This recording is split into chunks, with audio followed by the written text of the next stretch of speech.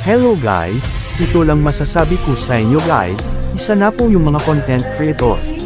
Kung saan tayo nag-umpisa par, doon na tayo, ipapalit lang ninyo ang Mobile Legends sa Honor of Kings. Tandaan ninyo par kung saan kayo yumaman. Wala pang Honor of Kings pinasaya na kayo ng Mobile Legends.